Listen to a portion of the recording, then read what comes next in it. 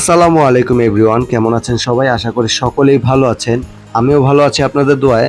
আজ আমি চলে যাচ্ছি বুড়িগঙ্গা নদীর তীরে। বুড়িগঙ্গা নদীর তীরে যাওয়ার অন্যতম কারণ হচ্ছে আমি একটি পাখিকে মুক্ত করে দিব। গতকাল রাতে আমি যখন বাসায় ফিরছিলাম তখন বাসার সিঁড়িতেই এই পাখিটিকে আমি পাই।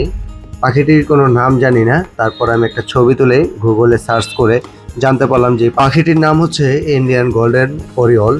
তো আমি বুঝতে পারি যে এই পাখিটা হচ্ছে বন্য পাখি, যার কারণে আমি ডিসিশন নেই যে পরের দিন আমি পাখিটিকে ছেড়ে দেব। রাতের বেলা আমার রুমে রেখে দিয়েছি পাখিটিকে। এখন আমি পাখিটিকে নিয়ে যাচ্ছি আমার সঙ্গে করে, সাথে করে নিয়ে চলে যাচ্ছি ঢাকা মেসের দিকে। ওইখানে বুড়িগঙ্গা নদীর পাড়ে একটা জঙ্গল আছে, আমি মাঝে মাঝে এখানে এসে বসে থাকি, আমার কাছে খুবই ভালো লাগে। আমি ভাবলাম যে ওইখানে নিয়েই পাখিটিকে ছেড়ে দেব।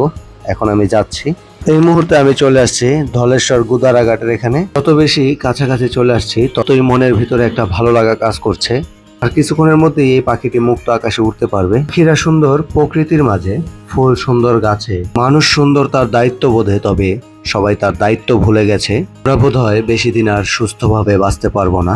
এর কারণ হচ্ছে আমরা পরিবেশ ধ্বংস করছি, নদী দূষণ করছি। আমরা এখনই যদি সচেতন না হই তাহলে মরণবেদী রোগ আমাদের কামড় দিয়ে ধরবে।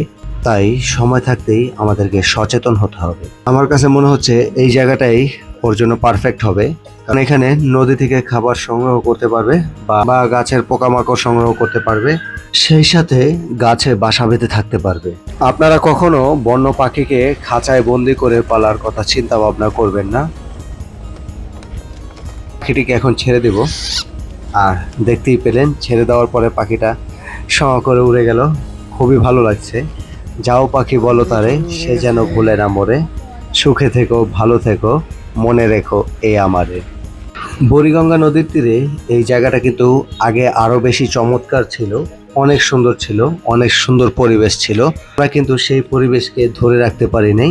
এই মনোরম পরিবেশ এবং চমৎকার পরিবেশকে আমরা নিজ হাতে গলা টিপে হত্যা করেছি।